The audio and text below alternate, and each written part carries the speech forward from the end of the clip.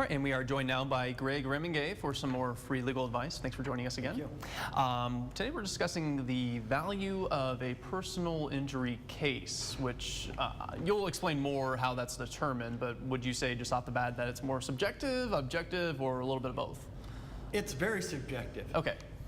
Because the ultimate value of a personal injury case is determined by what a jury in this area would award you on the day that you have your trial, given the evidence that they've heard and the way that they've evaluated the evidence.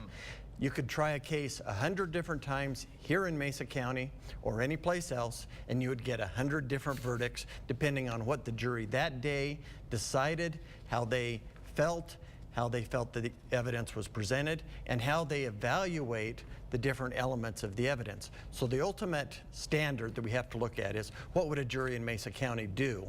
A lot of people come to me and say, oh, I've heard in Los Angeles this type of case is worth this much.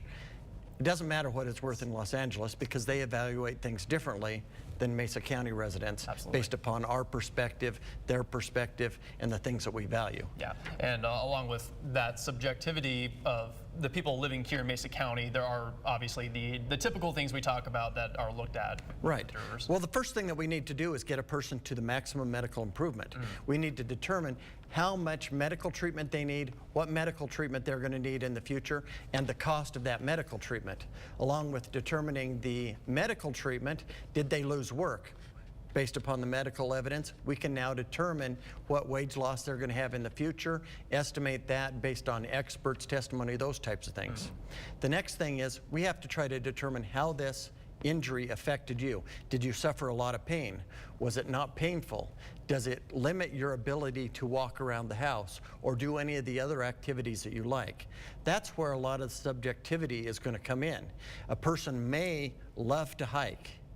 If the jury doesn't agree that that person loved to hike enough to put value on it, then they're going to evaluate it differently on that day, depending on what they hear and how their impression of how much that affected the person's ability. Okay, very interesting. So really it's pretty crucial who is in the jury then. Is that process kind of painstaking to pick out who the jurors are then, or? It is very painstaking because you want to determine people's biases.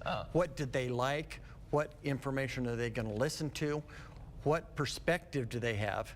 Do you think that they're going to have a perspective that's sympathetic towards your client? If not, you try to eliminate them. Absolutely. So that's certainly subjective, as you mentioned. Yes, it is. It takes a lot of time, I'm sure, and a lot of digging through the jurors to make sure, I guess, you have one that you think is going to lean towards your side. So. And it takes a lot of, I'd say, art. Yeah. Because a person on the jury could answer a question a certain way, but you get a different feeling based upon their face expression. They may be telling you they're sympathetic, but based on their posture, other things, you might say, I really don't want this person to be here. So there's also the art of trying to read the jurors besides what they say. Right. Okay, that's very interesting. All right, well, if you have any questions for Greg on that or any other topics, you can feel free to give him a call at 263-GREG. Thanks, Greg, for joining us. We'll be right back with your forecast after the break. If you want Greg to answer one of your legal questions, visit KREXTV.com, click on Live in the Studio, and submit your question on the right side of the screen.